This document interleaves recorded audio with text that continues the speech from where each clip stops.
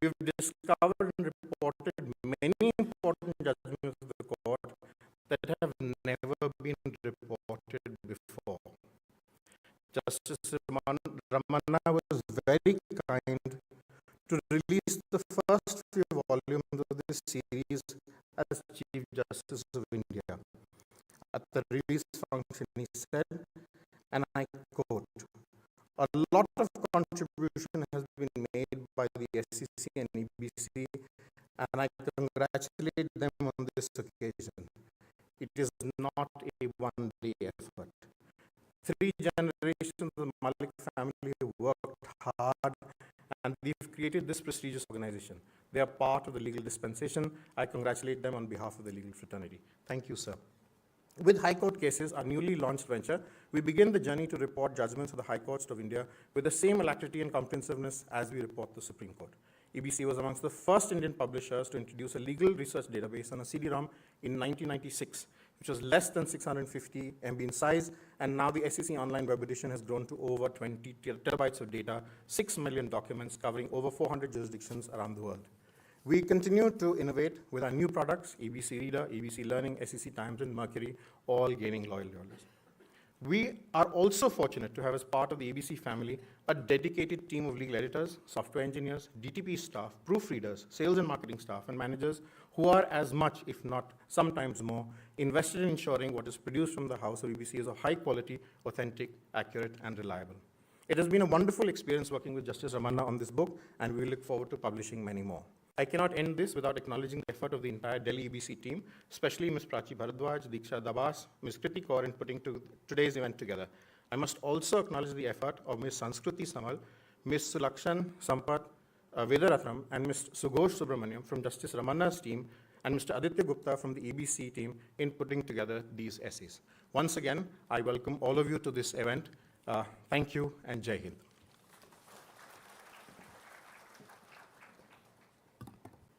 Thank you, sir. Now, the moment that we have all gathered to witness has arrived, and I would like to request Justice Gavai, Justice Surya Kant, and Justice Vikram Nath to please unveil the narratives of the bench, A Judge Speaks by Justice N.V. Ramana, a book destined to empower, enlighten, and elevate the discourse in our legal community.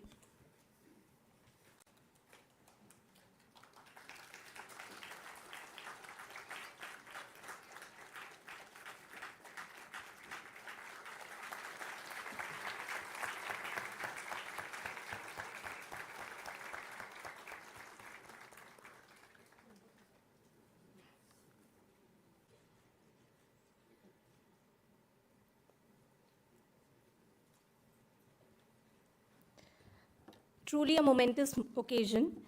Keeping the momentum on, I would like to request Justice Ramana to please felicitate our distinguished guests.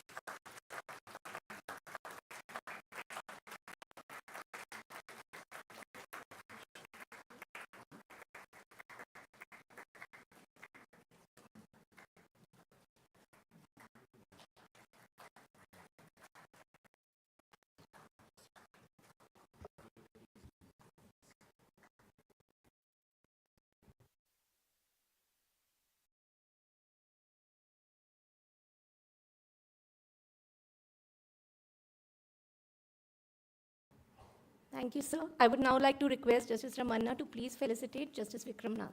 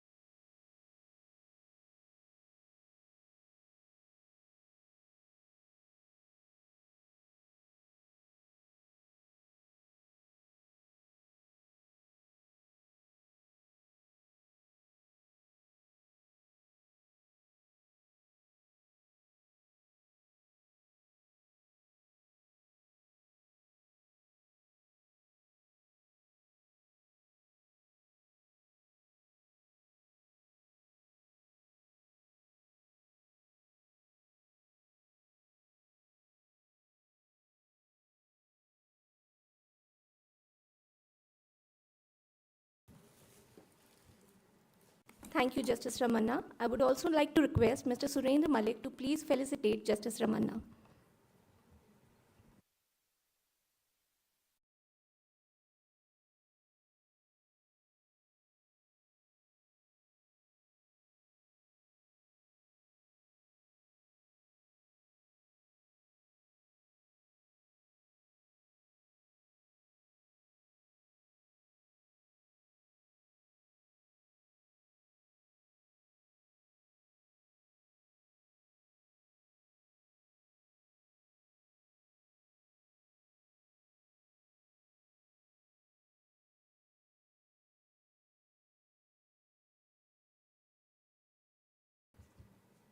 Thank you, sir.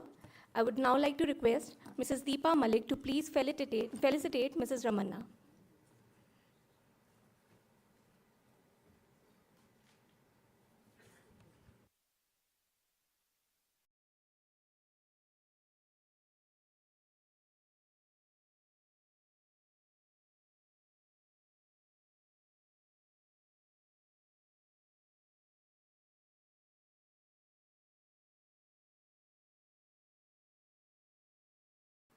And Ms. Ramana to please felicitate Mrs. Malik.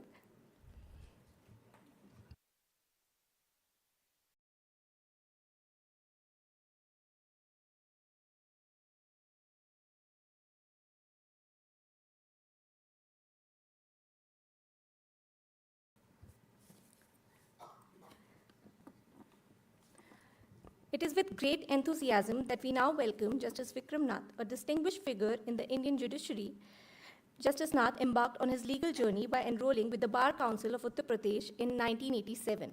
His remarkable ascent includes serving as an additional judge of Allahabad High Court in 2004, taking oath as a permanent judge in 2006, and after serving as the Chief Justice of Gujarat High Court, Justice Nath got elevated to the Supreme Court of India in 2021. Notably, Justice Nath is the first Chief Justice of a High Court in India to live stream court proceedings on a YouTube channel, showcasing his commitment to transparency and accessibility in the legal system. I would like to invite Justice Nath to please address the august gathering.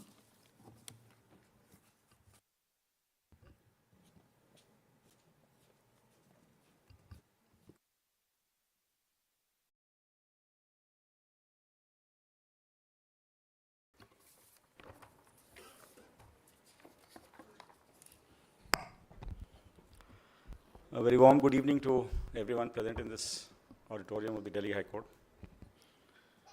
My esteemed colleague, Brother Justice B.R. Gavai, Designate Chief Justice of India, Justice Surya Kant, dear Justice Ramana, we all call him Ramana Sahab, former Chief Justice of India, my esteemed colleagues from the Supreme Court, Chief Justice of the Delhi High Court, former judges of the Supreme Court, judges of the Delhi High Court and other high courts of the country. Mrs. Ramana is there. Ms. Justice Ramana's daughters and their families, distinguished senior advocates, members of the bar, ladies and gentlemen. Eastern Book Company has come out with this collection of speeches by Justice Ramana. Eastern Book Company is what it is today is because of all of us. We have contributed throughout our professional career, and they would never give us any discount, whatever, however much you insist. Today, when we receive complimentary books and gifts from them, we feel very happy. Thank you, Mr. Malik.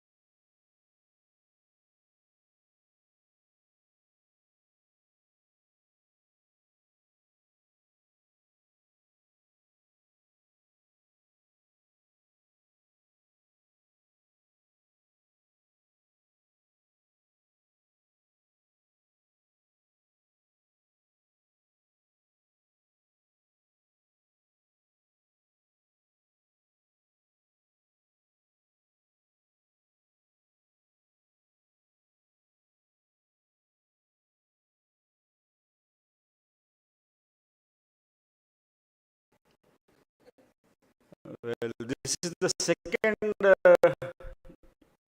event of book release where I am there releasing the book. The first encounter I had was in Mumbai, that runs through so many of his speeches. And then there is the question of judicial infrastructure, often overlooked, but so critical. Justice Ramana addresses this with clarity and purpose. He speaks about the importance of digitization, e-filing, and video conferencing, but also acknowledges the gaps. The judiciary, he says, requires infrastructure designed for its unique needs. To that end, he makes a significant recommendation, the creation of a National Judicial Infrastructure Corporation, a one-time coordinated effort to standardize and uplift judicial infrastructure across the country. What stands out, however, is that even while talking about buildings and systems, his focus remains firmly on the human being at the center of it all, the litigant, the justice seeker, as he calls them. He reminds us that every institutional reform must keep the litigant in focus. He extends that thought to the legal community as well. In one of the most practical appeals in the book, he urges senior members of the bar to take on 2 pro bono cases every month. If adopted widely, he says, it would transform the legal and aid landscape in India. It's a simple idea, but one that reflects his belief in justice as a collective, not as an individual pursuit. Some of the most impactful portions of the book are his speeches on the importance of women in the legal system. He doesn't speak in generalities. He speaks with purpose. He notes how many women lawyers don't get the briefs they deserve and therefore miss the visibility required for elevation. He advocates for affirmative appointments and reservations in legal education to correct the imbalance, and he reminds us that diversity is not just symbolic, it's jurisprudential. Jurisprudence, he says, will develop only when our bar and benches have diverse voices. Let me tell you, we were 9 who came here together, and out of those 9, 1/3 were women, 3 of them. So Justice Ramana does what he says, unlike many others. His call for inclusion isn't limited to courts in the big cities. He speaks of the need for more women judges from rural and marginalized backgrounds. He talks about the importance of gender-sensitive district judiciaries.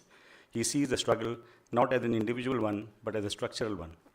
And then, with his trademark candor, he recalls, borrowing Karl Marx's words, "Women of the world, unite, you have nothing to lose but your chains."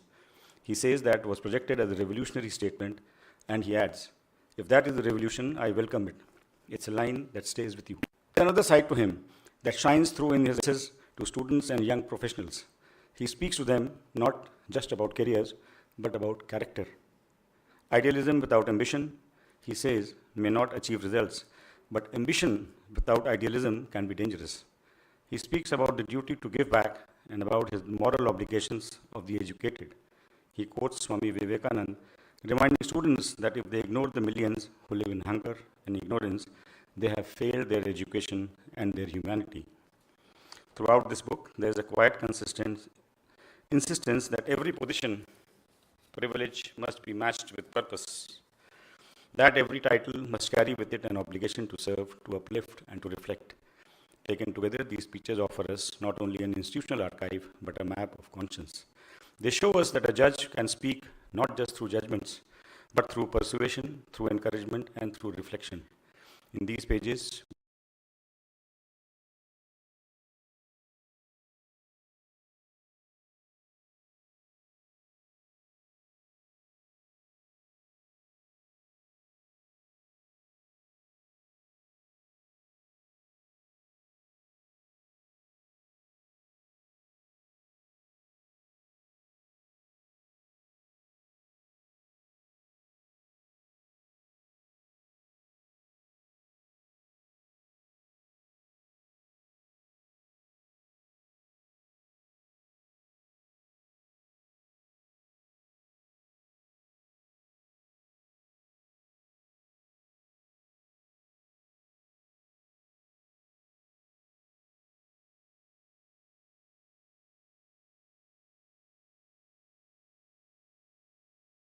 for all.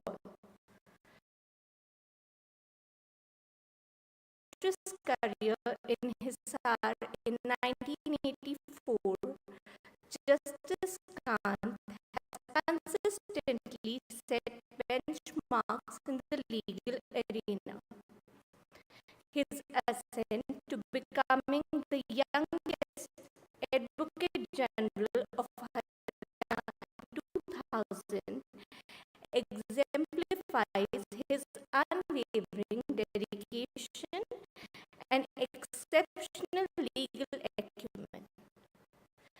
In 2019, he was elevated to the Supreme Court, where his impactful judgments resonate with a profound commitment to justice and constitutional values. I would like to invite Justice Surya Kant to please address the audience.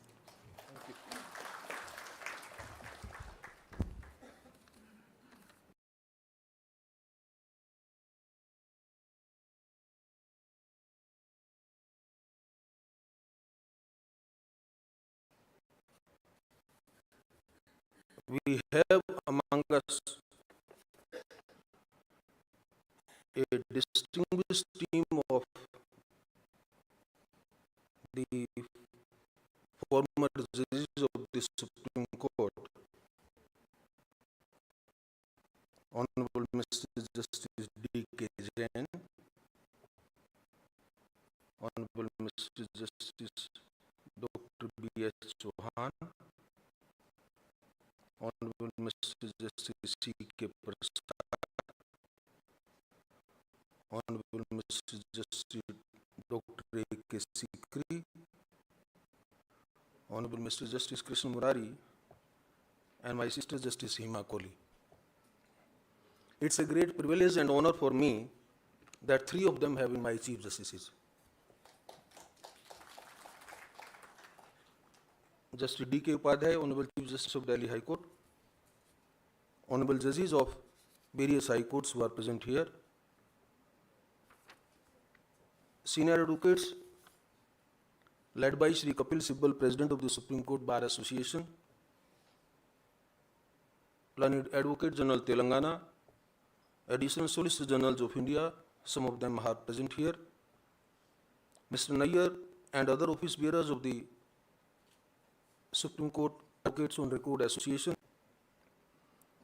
members of the Supreme Court and Delhi High Court Bar Associations, very respected Mrs. Ramana and other family members, distinguished members of the legal fraternity who are present here, friends from media. A very good evening to all of you. It is with immense pride and deep respect that I stand before you on this pivotal occasion, the launch of Narratives of the Bench, A Judge Speaks, which in my opinion, and after going through a part of it, I find that it's a profound and timely collection of speeches delivered by Justice N.V. Ramana from time to time. This compilation captures the mind of a jurist and the conscience of a citizen deeply committed to serving society. Through countless engagements during his tenure as the Chief Justice of India, Justice Ramana has often reflected on the delicate balance between judicial detachment and societal engagement. He has consistently emphasized in his addresses that while a judge must uphold strict impartiality and restraint within the courtroom, he must not lose touch with the realities, struggles, and aspirations of the people outside it. I do not see this book as a mere compilation of addresses. I see it as a tribute to the enduring dialogue between the judiciary and the society it serves. This collection of speeches champions a principle of utmost importance, namely the need for judges to step forward and beyond the confines of the courtroom and engage thoughtfully and meaningfully within the public. This is because justice is not locked away in legal commentaries or textbooks. It is a sleeping force which judges must breathe life into and awaken. When judges share their insights and opinions in public forums, they perform a vital democratic function. On the dais, they demystify the law. However, in public forums or public engagements, judges actively engage with the public on broader concerns and pressing issues that may not have reached the courtrooms, but which still impact the entire nation. In these moments, the public see them not only as arbiters of the disputes, but as the true custodians of the Constitution.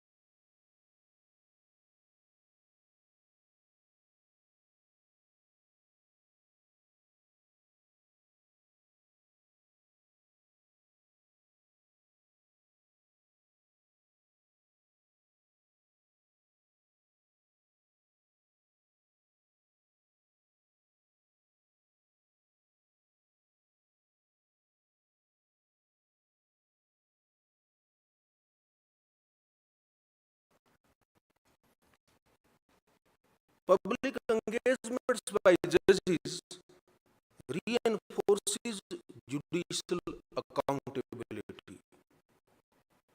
The challenges confronting our judicial system, from and source of inspiration for the next generation. Lawyers, law students,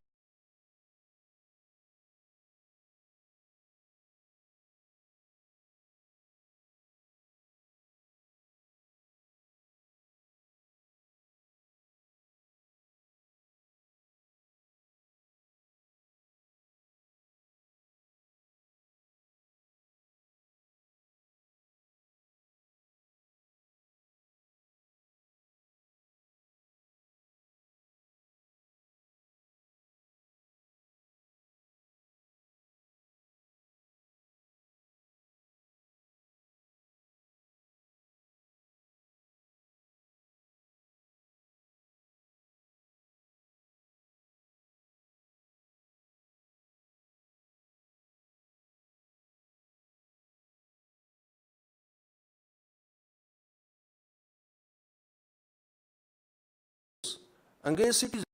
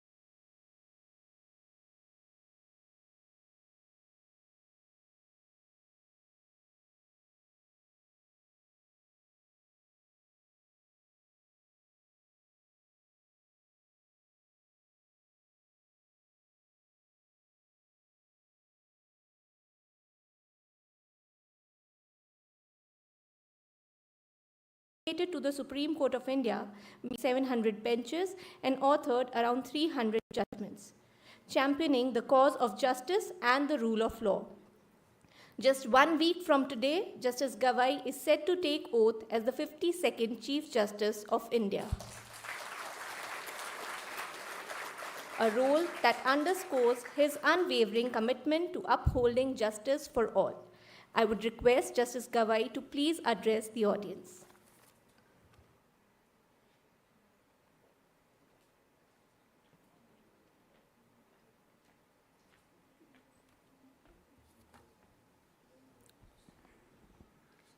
With the permission of my learned brothers and sisters, I would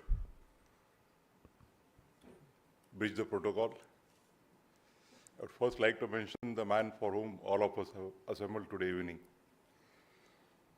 My Chief Justice, Honorable Justice N.V. Ramana, Mrs. Ramana, my esteemed brother and sister judges on the Supreme Court, present and past, the Honorable Shri D.K. Upadhyay. I didn't mention this is Surya Kant and Vikram Nath because they're all part of our brothers and sisters. The Chief Justice of Delhi High Court and dear friend Justice D.K. Upadhyay and all the judges of the Delhi High Court, the judges present here from different high courts, Mr. Kapil Sibal, the President of the Supreme Court Bar Association, and the other office bearers of FCBA, the Chairman of the SCORA and the other officers, Shri Sudarshan Reddy, the Advocate General of Telangana, the Additional Solicitor Generals present here, the senior advocates, members of the bar of the High Court as well as the Supreme Court, Mr. Surendra Malik and Mr. Sumit Malik, the members of legal fraternity, students, academics, and friends. I have a written speech, but if I read that, I'll be only repeating what Justice Surya Kant and Justice Vikram Nath have already said in their speech. And I would only say that I concur with the views expressed by them on the book. I would rather focus on what I have not brought here in writing.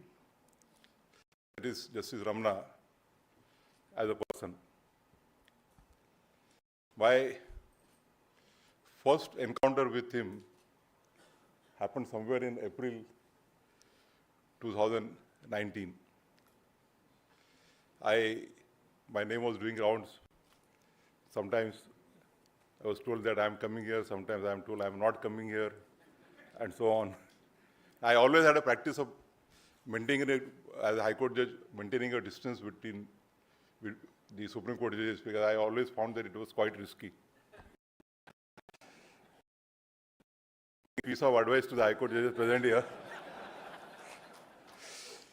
But I got an invitation from an organization in Bombay to attend one seminar on intellectual property rights. Some of the judges who were invited had declined the invitation, and I won't go into the better particulars till. And then I was rather doubtful as to whether I should attend the. And therefore I rang Justice Bobde, who has been my elder brother, that I have got an invite and should I go or not. He said, no, you must go, and I will ask Justice Ramana to give you a time and you also meet him. So I was fortunate enough to get a call from Justice Ramana, and he said that before the function you come there. And then I had a long discussion with him for about half an hour. That also I will disclose only after 24th of November 2020. One thing three of us share, that is Justice Ramana and Justice Surya Kant and Justice me, is that all three of us are coming from a rural background. All three of us belong to the agricultural families, and all three of us are the first generation lawyers.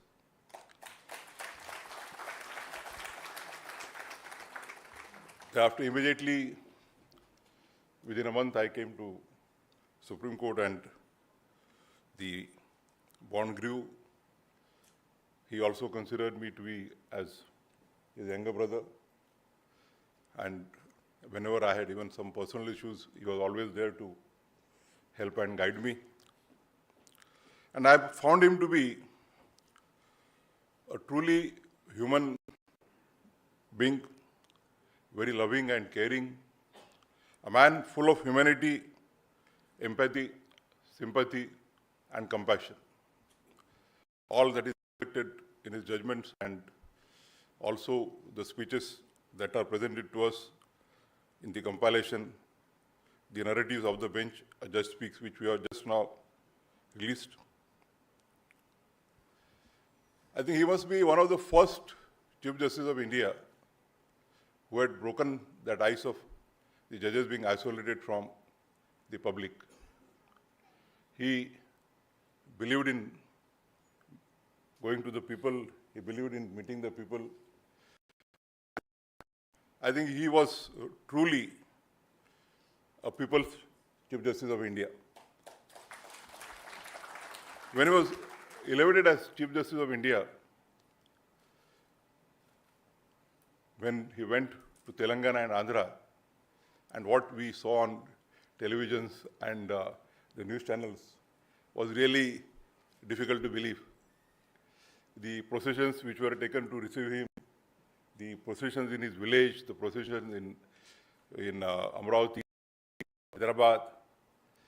So that shows how, even being in a office of a Chief Justice of India, He was loved by the people across the state, across the country. I also had an occasion to be with him on some of the inaugural ceremonies or other ceremonies. Though at the time of his oath, many people could not attend because the oath was during a COVID at a height, and only it was in the presence of 30, 40 people, including some of the judges, that he took oath as the Chief Justice of India. But it was fully compensated when, on his retirement, he was bid a farewell by the Supreme Court Bar Association. There was no place to sit even in the corridors. People from his village, people from his state, people from Telangana, judges across the country had come in huge numbers, and they were sitting, standing, wherever they could find a place. I don't think that anybody else would match the popularity that Justice Ramana has amongst the people across diverse sections of the society.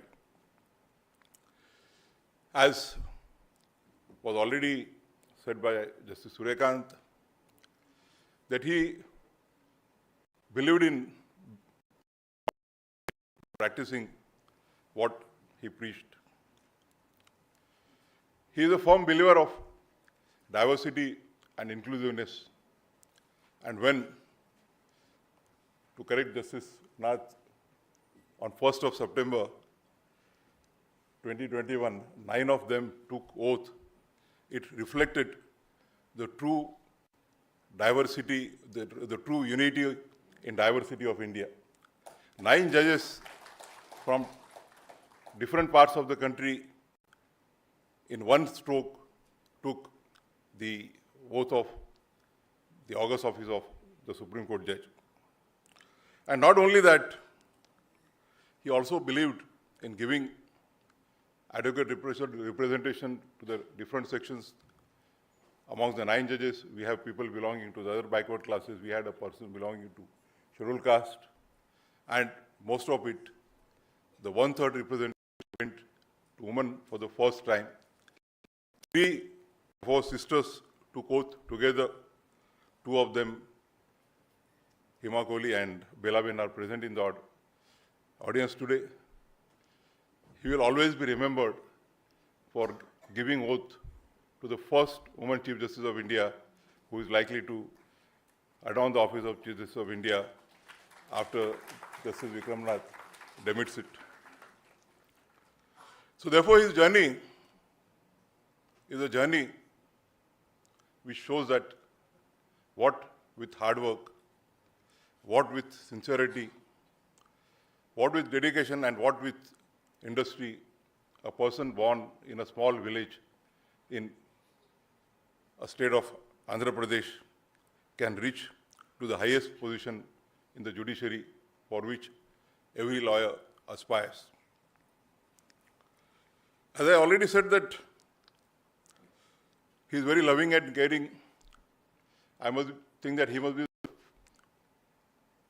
first judge, or not, I can't say only judge, who had made construction to house his law clerks, and his law clerks were staying with him, and they were providing all the food right from his kitchen was almost like a langar, so whoever went there was always offered with the Bhabhi used to always prepare South Indian food.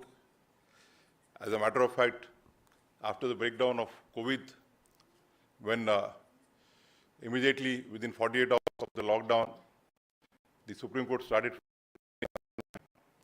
And I had the pleasure of being part of the first bench which went on online with the then Justice Ramana, who was J1, and Justice Sanjay Kishan Kaul.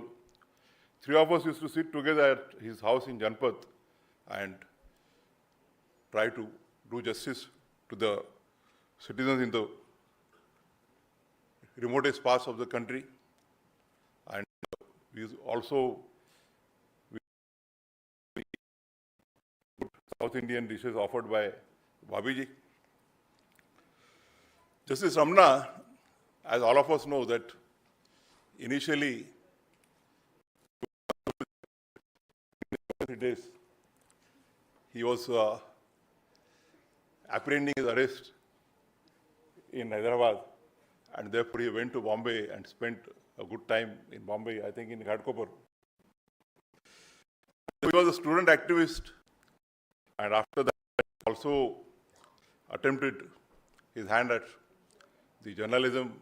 For more than a year, he was a journalist of one of the most prominent newspapers in Telangana and Andhra, Enadu.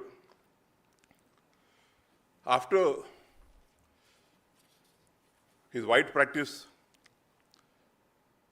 at the then Andhra Pradesh High Court in Hyderabad, and also practicing before the Supreme Court, he was appointed as an additional Advocate General of the state of Telangana, and thereafter rose to the bench. After becoming Chief Justice of Delhi, he adorned the office of the Chief Justice of Delhi High Court, and from there he came to the Supreme Court, and thereafter to the highest office. Since I have unveiled the book, I would be expected to speak on some of the speeches. I won't repeat whatever has been said by Justice Surya Kant and Justice Vikram Nath. Justice Ramana is a firm believer of the ideology of Dr. Ambedkar, that the lawyer is a social engineer and that the Constitution is a weapon for getting the social revolution. In one of his speeches on the Constitution Day in 2019, he said, and I quote, "The Indian Constitution attempted a social renaissance with the hope of building a bridge between the troubled past scarred by deep suffering, injustices, divisions, and deprivations, and a bright future dedicated to establishing a truly equal and global society committed to the protection of human rights." His reflections on that day served as a reminder to us that constitutional interpretations must be purposive, inclusive, and anchored in the ideals of justice and dignity. He has also emphasized on making the justice delivery systems accessible to the last person of the country. And I quote him, "If we want to remain as a society which is governed by the rule of law, it is imperative for us to make justice available to the most vulnerable and not the privileged ones. We must remember that socio-economic differences in our society should not become a reason for the denial of rights."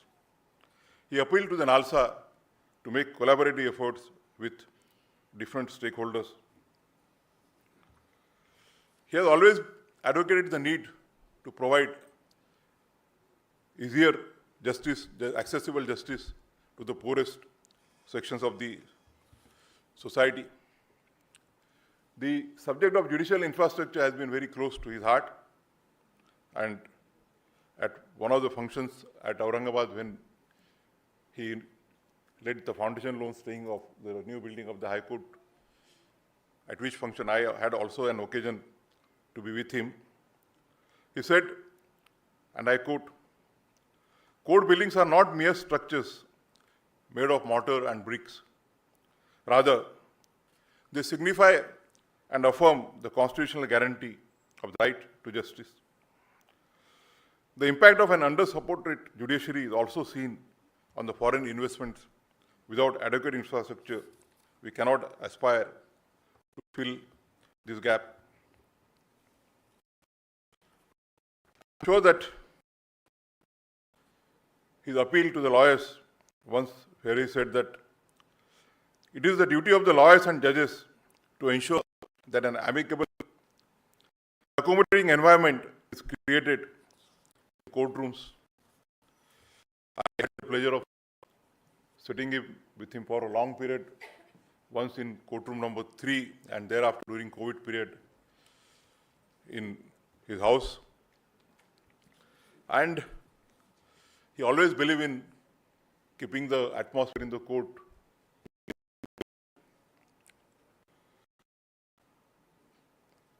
till last 29th. Whenever somebody used to congratulate me that I'm going to be next CJI, I used to just smile without giving any reply.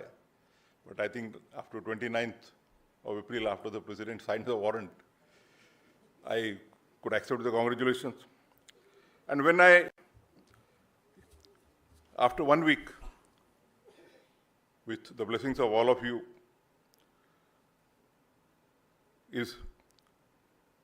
would be adorning the August office. I would remember his words, and I quote him: "The role of Chief Justice calls for leadership and a long-term vision for the institution. The duties of the Chief Justice of India are not limited to the Supreme Court, but extend to the entire judicial systems across the nation." I assure Justice Ramana that I would try to follow his words of wisdom and guidance. On this occasion, there are many speeches made by him, but all of you must be tired, and so I would not like to detain you for a longer period. On this occasion, I would thank the Eastern Law Book Company, which the words and phrases when I became a lawyer was around 100 pages. In last 22 years, now it has grown to a big volume. We always used to refer Supreme Court cases, and when I was a lawyer, I did not know that one day I will get an opportunity to share a dais with the founders of the Eastern Law Company. I congratulate them and thank them for coming out with this wonderful work on the speeches of Justice Ramana, which will provide an inspiration to the judges, to the lawyers, and the students alike. I, on this occasion, on behalf of all of us, wish a long and healthy life to Justice Ramana, to Ramana Bhabiji, and all his family members, so that for a long period, the nation gets services of Justice Ramana. I once again thank the organizers for giving me an opportunity to be here with you. Thank you very much.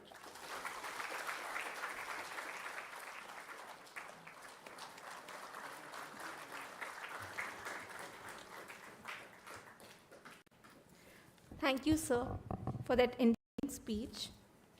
Please join me in now welcoming the man of the moment, Justice N.V. Ramana, the 48th Chief Justice of India, who has not only carved a niche in the legal landscape, but has also emerged as a beacon of justice and integrity.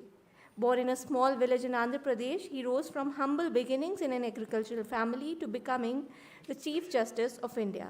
With a rich tapestry of experience spanning over 3 decades, from advocacy to serving as the Chief Justice of India, his journey is a testament to his unwavering commitment to upholding the rule of law.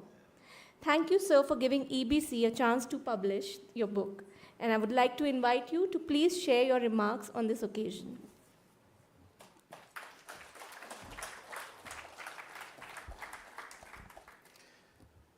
My dear brother, Justice Bhushan Ramakrishna Gavai, Chief Justice of India designate, Brother Justice Surya Kant, Brother Justice Vikram Nath, brother and sister judges of the Supreme Court, Brother Chief Justice of Delhi High Court,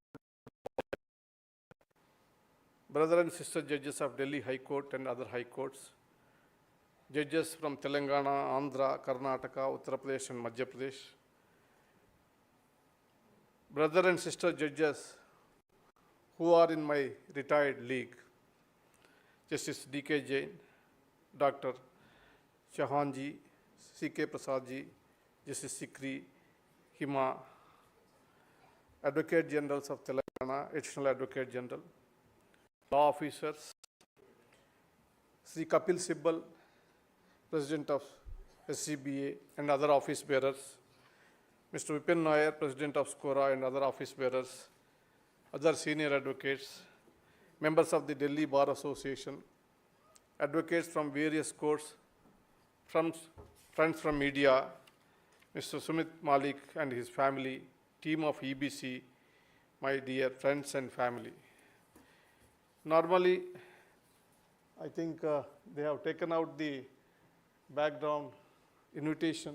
Can you show that invitation, please, once? How much time it takes? Please. Why I am asking to show the invite is, normally judges are known to be aloof and free from emotions. I am glad to see a rare glimpse of my brother cheerfully, generously smiling in the backdrop. You see all the photos.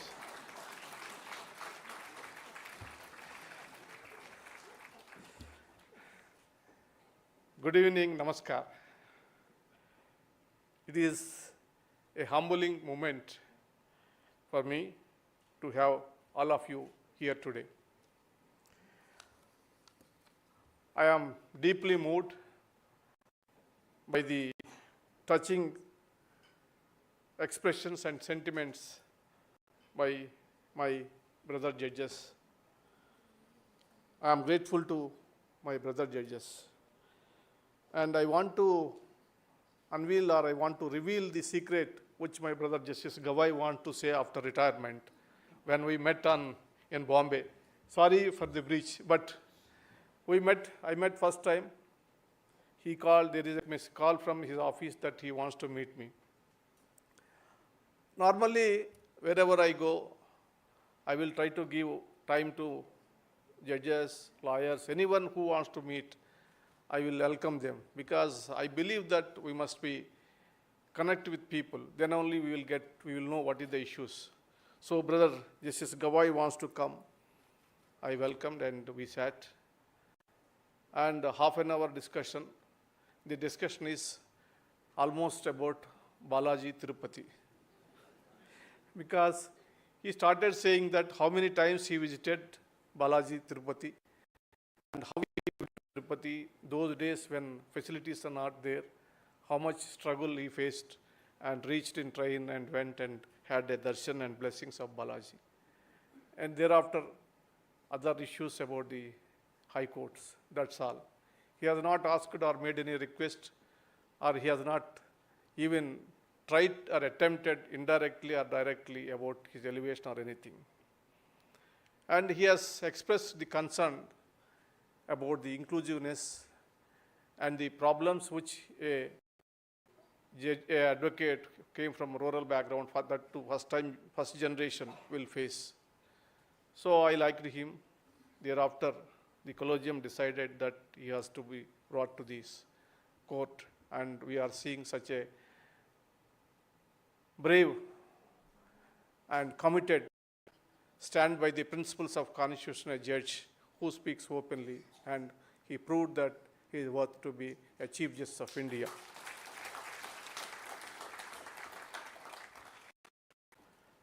I will complete, thanks to the organizers, they said that I have to make comments only, I need not give any speech. I know that you are all morning onwards worked hard. 2-3 minutes I will finish my comments about the book. This book is not a memory or a commentary on legal doctrines. It is a collection of my thoughts which I shared through various speeches delivered in public platforms when I got an occasion as judge. These thoughts have taken shape slowly over years of observation, reflection, and inner dialogue. The words in this book are from my experience as a student leader, trade union activist, journalist, lawyer, and judge. I have tried to crystallize these experiences into words. The judiciary is not a mere adjudicator of disputes. It is a symbol of constitutional morality. It is one of the last remaining spaces of hope for the common man. Every day, newspapers across the country give around 1/3 of their space to report on court proceedings and commentary on the court cases.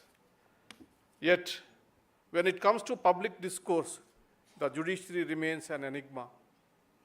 In contrast, the common man is extremely convergent when it comes to politics. It is in this backdrop, I endeavored through these speeches to communicate judiciary to public at large with the hope of demystifying various misnomers. Over the years, I constantly highlighted the systemic issues such as necessity for Indianization of judiciary, revamping of judicial infrastructure, infusing diversity in the judicial system, integrating Indian languages into the court proceedings, strengthening the legal aid, etc. I believe these issues are not administrative matters. They are fundamental to our promise to access to quality justice. The effort was to understand the root cause of these issues and find solutions. Collectively, we tried to improve the situation with reasonable success in some of the areas. Filling up of judicial vacancies, improving the service conditions of the and security of the judicial officers across the country, introduction of latest technology, strengthening legal services are some of the areas where we could make considerable progress. However, a key issue of creation of National Judicial Infrastructure Authority remains a distant dream. I requested my three brothers who are going to succeed to take care of this issue, which solves a lot of the problems. I sincerely believe this book comes across as a cautious hope that our institutions are resilient and are capable of reforms. To my brothers Justice Gavai, Justice Surya Kant, Justice Vikram Nath, my dear colleagues and friends from the bar, I am honored and that you are all today. We have not only shared but have lived through many moments of quiet solidarity and warm camaraderie. Through active collaboration, we could find solutions, and I fully understand that it is an ongoing process. The way we went through the most lethal COVID pandemic is a testimony to the commitment of each and every stakeholder towards this great institution. In the way, this book is a reflection of ethos that we share, which helps us remain focused on humanism. Dear Brother Justice Gavai, as you prepare to lead the Indian judiciary, I know that you will bring your humility, empathy, and vision to the role. I'm very happy to note that Brother Justice Gavai will be taking over soon as 52nd Chief Justice of India. He will add a much-needed dimensions to the justice delivery at the highest level of derived from his rich experience and humble background. It is our experience that shape our views and opinions. It has my endeavor to ensure social diversity on the bench. I sincerely hope Justice Gavai's leadership will give momentum to carry forward the same. I wish him a glorious tenure. I want to say one more thing, and I will close it. When the rank and file of judiciary are assured that the highest institution stands firm to safeguard their rights and redress their grievances, they are less likely to seek support from other sources such as political and executive powers. And elder brothers and sisters in the judicial family, the Supreme Court have a moral and institutional duty to look forward others, all the judges of the country.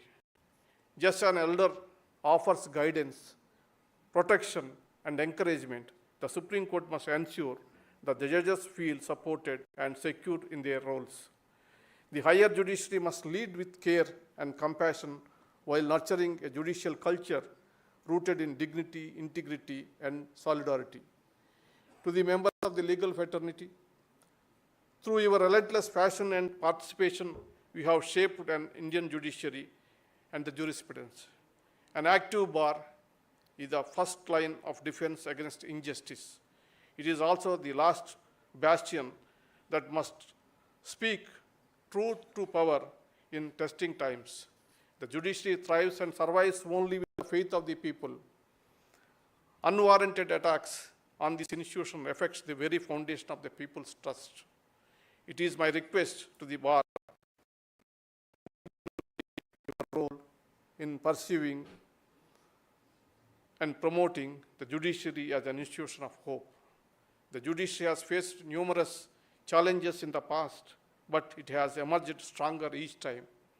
I am confident that in the future too, it will continue to navigate through storms with courage, reinforcing its role as the guardian of the rights and liberties.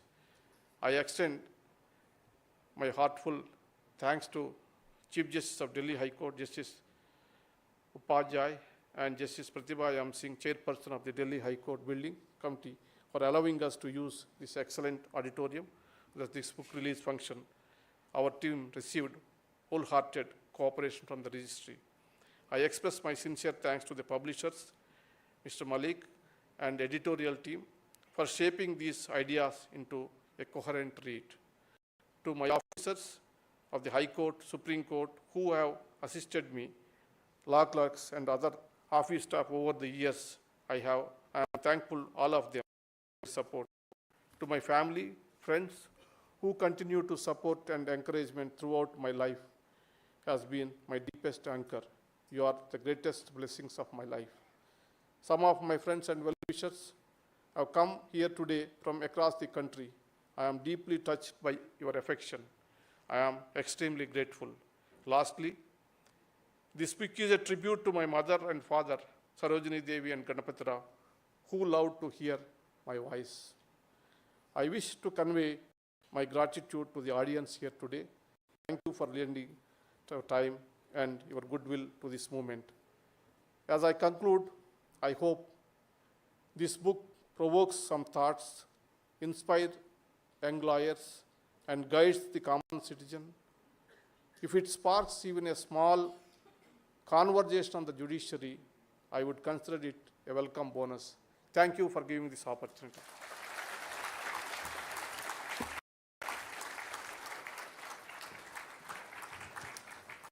Thank you, sir. Congratulations on the book.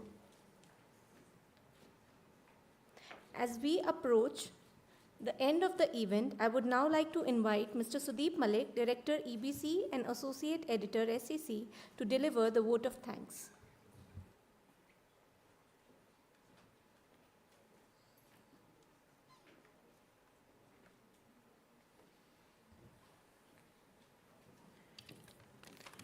Our most honorable chief guest, Mr. Justice P.R. Gavai, our honorable guests of honor, Mr. Justice Surya Kant, Mr. Justice Vikram Nath, so many honorable judges of the Supreme Court, past and present, Chief Justice of the Delhi High Court, Justice D.K. Upadhyay, so many judges of the High Courts of Delhi, Allahabad, Andhra Pradesh, Telangana, and Karnataka.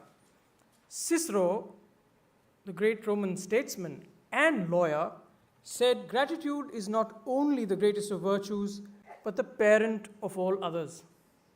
It falls to me with great joy to thank each of you for making this event such a wonderful and momentous event.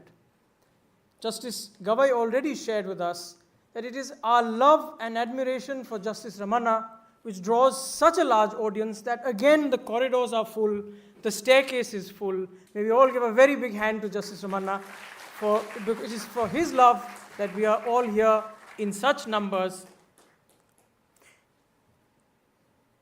What this book is about is something that Justice Vikram Nath, Justice Surya Kant, and Justice Gavai told us, and I think Justice Surya Kant pointed out that this book actually represents a new jurisprudential idea, the idea of the judge as a spokesman to the common man directly and speaking not only through their judgments. And this is what this book exemplifies. And Justice Ramana has made an effort on so many different out in a very simple and candid tone, such an approachable text. I truly commend to you that we read this, and if there is inspiration for change, it would be quite something for the institution of the judiciary and the legal system. I would like to also thank particularly the Chief Justice of the Delhi High Court and Justice Pratibha M. Singh for making sure that and allowing this event to happen here in this wonderful auditorium. And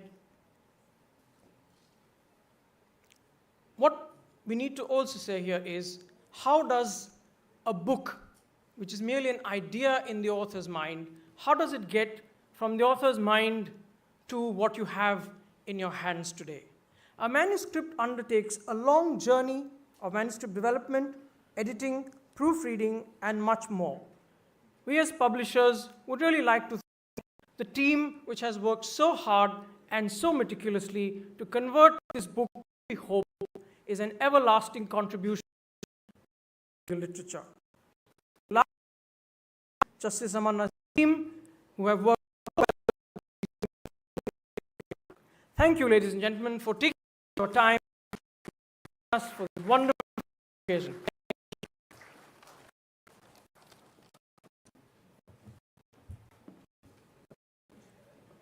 I hope you all had a great evening. Please join us for high tea in the lounge.